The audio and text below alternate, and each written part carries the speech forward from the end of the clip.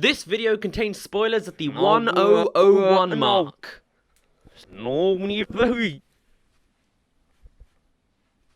You have been warned. 1001.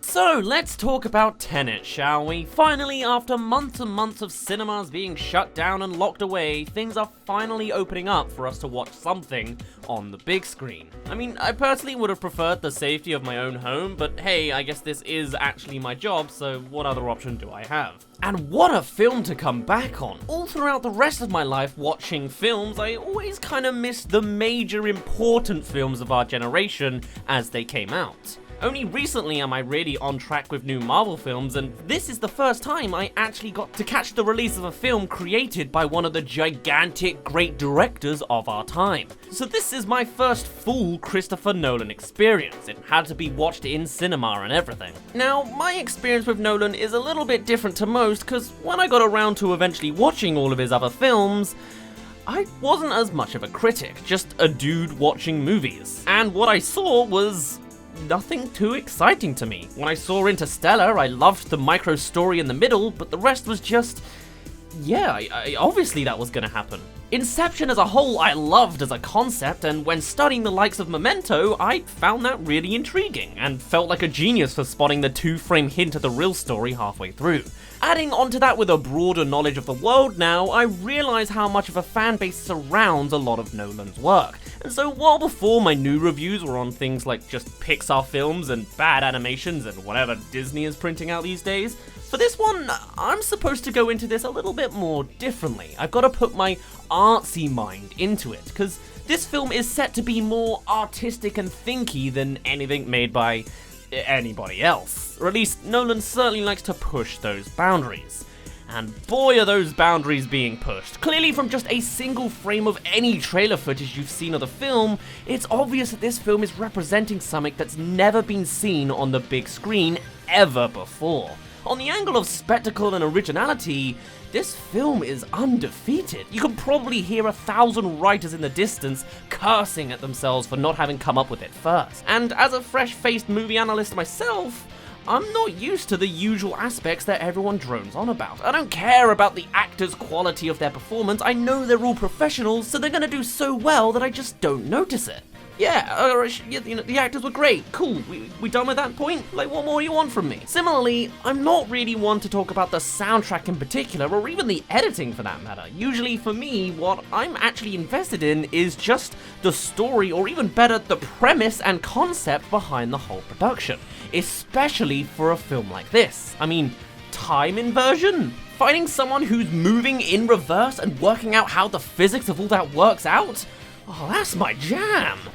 But it brings us to an interesting crossroads when it comes to judging the actual quality of the film. This idea is clearly a massive task to overcome and present on screen, and yet I feel as if this film both accomplished its mission and failed at the same time. But before I get ahead of myself, let me lay out the more non-spoilery elements before I dig right into how this concept works in this universe. The film was good. I enjoyed it a lot. I watched it twice, once with my mum back at home in a cinema with bass-boosted seating and teenagers breathing down my neck as I sat in the front row, lovely, and then again with my girlfriend a little further back in the room where there's now a buzzer given to people to collect their food halfway through the movie for social distancing reasons, I guess. That one was a lesser experience with triple the price tag.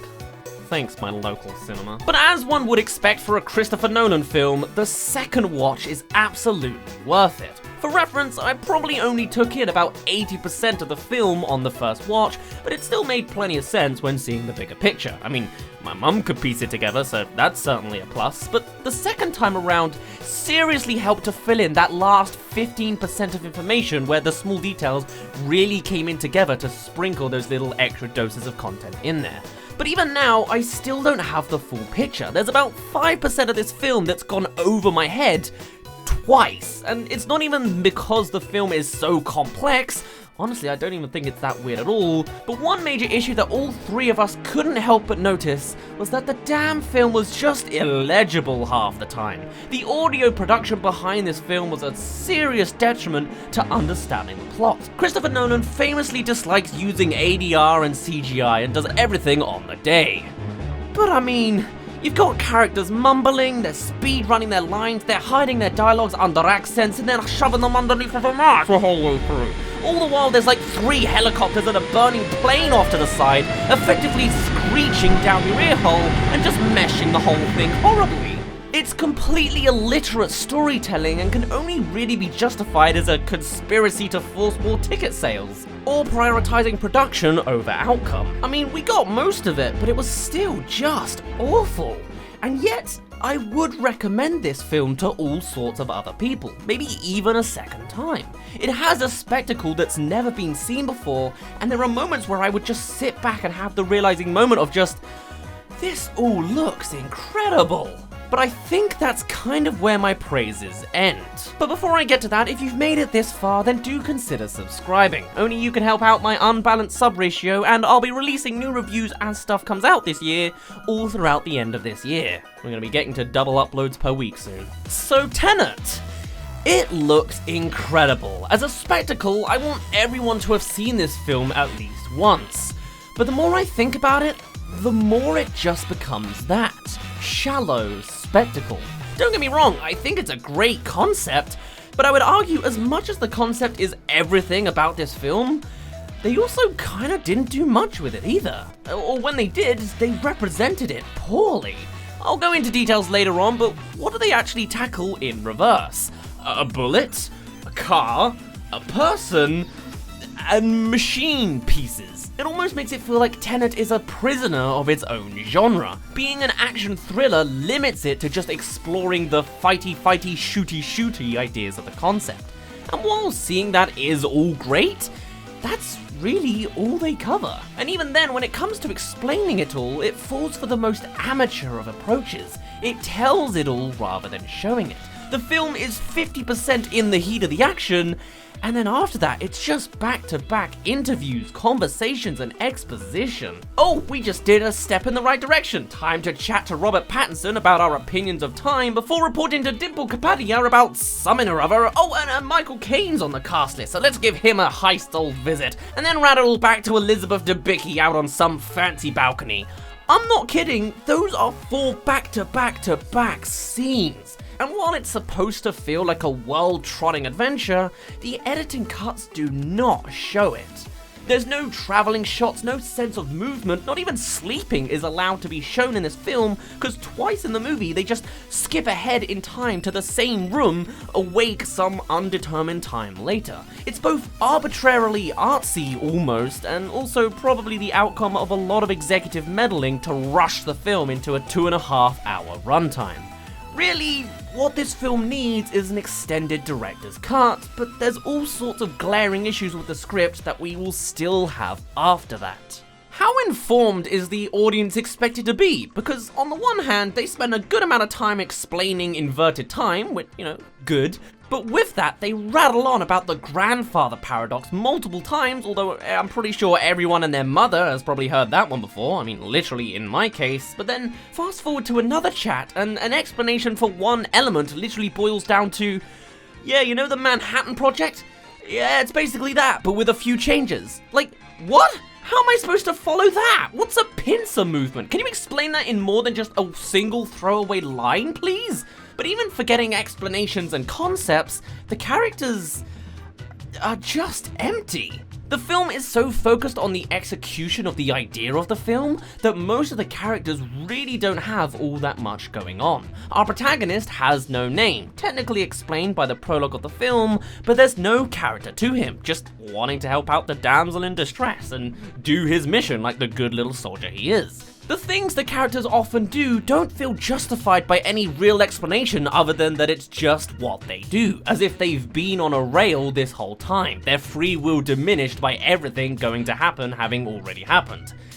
Is that the point of the movie? Well, it's not good storytelling either way. What the film does great is bring joy to your eyes. Effects are done in live action, planes are actually dragging cars from underneath it, and all of the works are real. But while that fantastically grounds the film to feel all the more real, it's shown off so quickly in so few frames that the confusion becomes less on the concept and more on just trying to follow all the quick cuts flying everywhere. But you know what?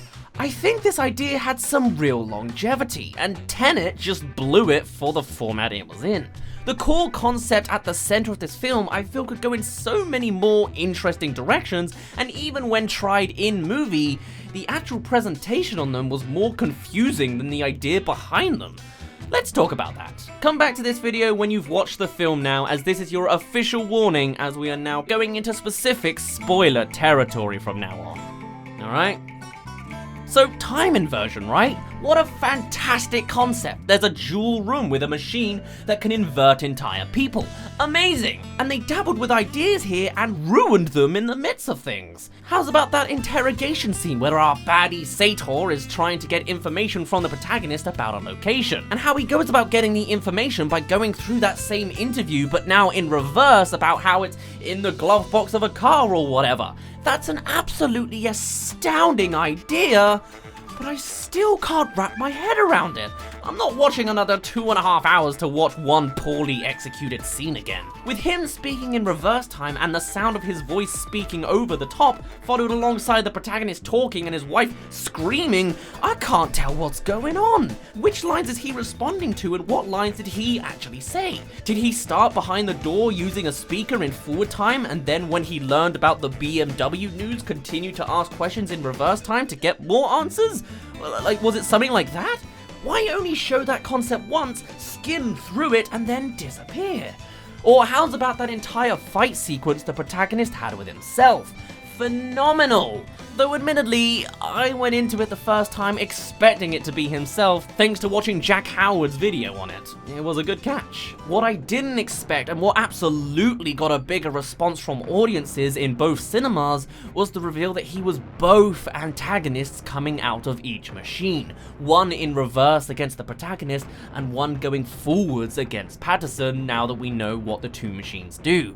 That's absolutely brilliant. And it was ruined the second time I watched it.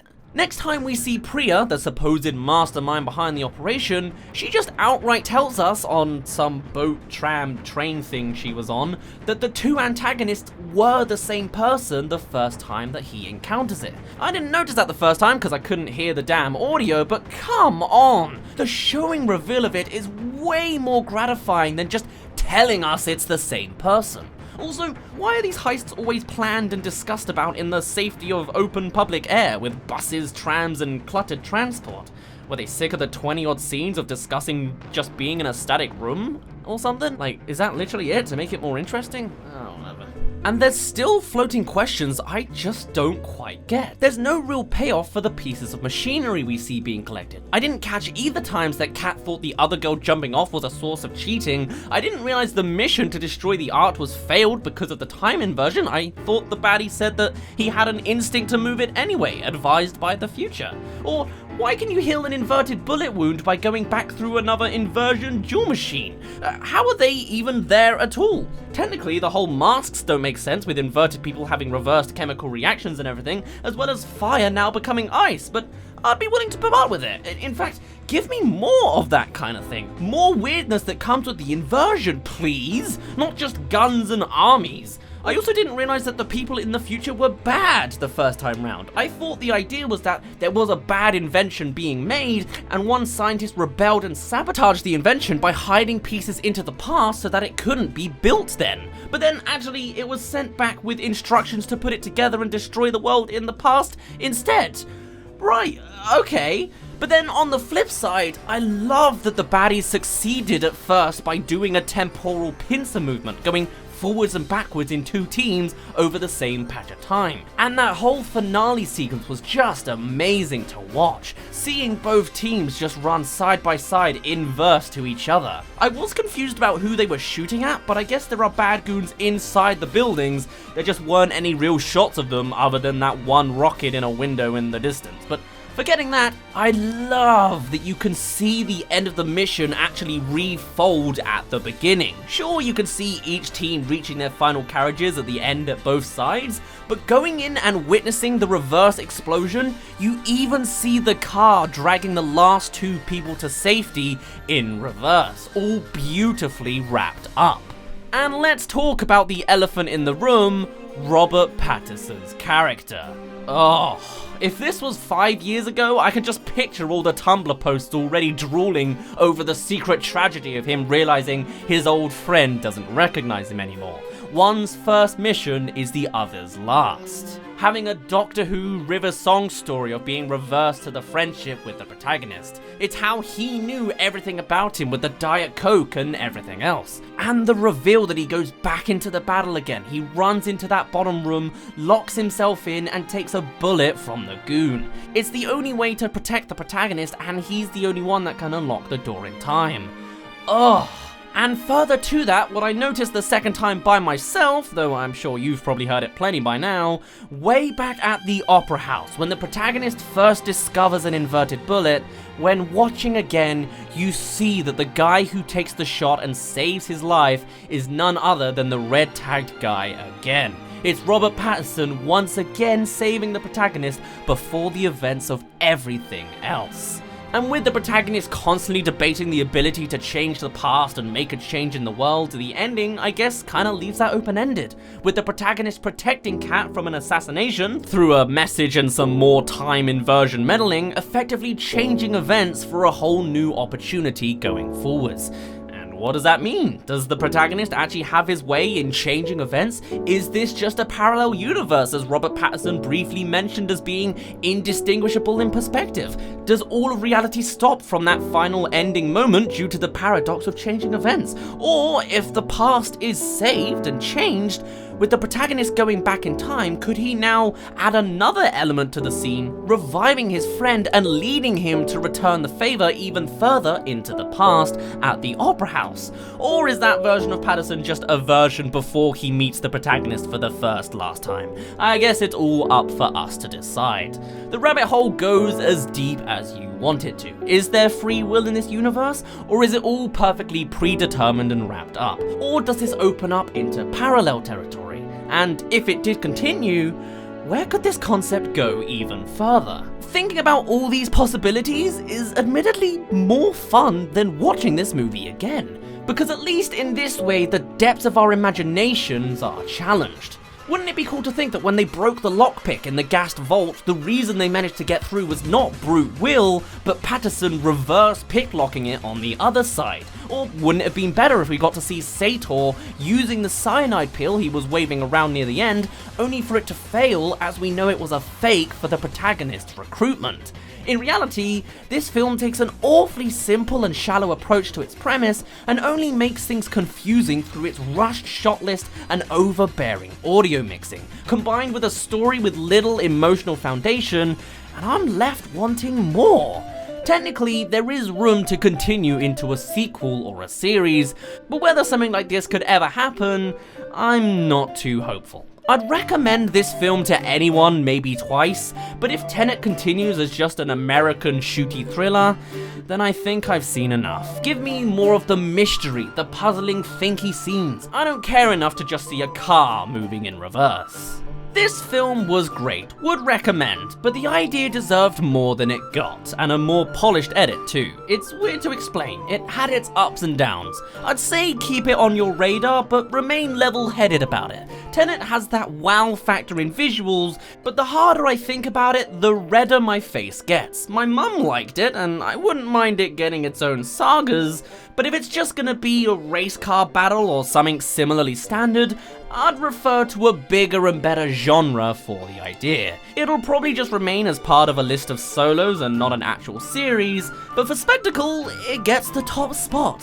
But unless there's a serious rotator on the team who wants to make something more of it in a new, refreshing way, it'll just be a bunch of stats. Breaking records for restarting cinema, but being lost more in the long term. Madam. For now though, I think I'm gonna rest my brain. My name's been Daz, you didn't really care, and I'll see you in a bit. Well, this is the first time I actually got to see a super hyped up film. I really did enjoy it, but I also really wish it was better. Now I'm a real critic.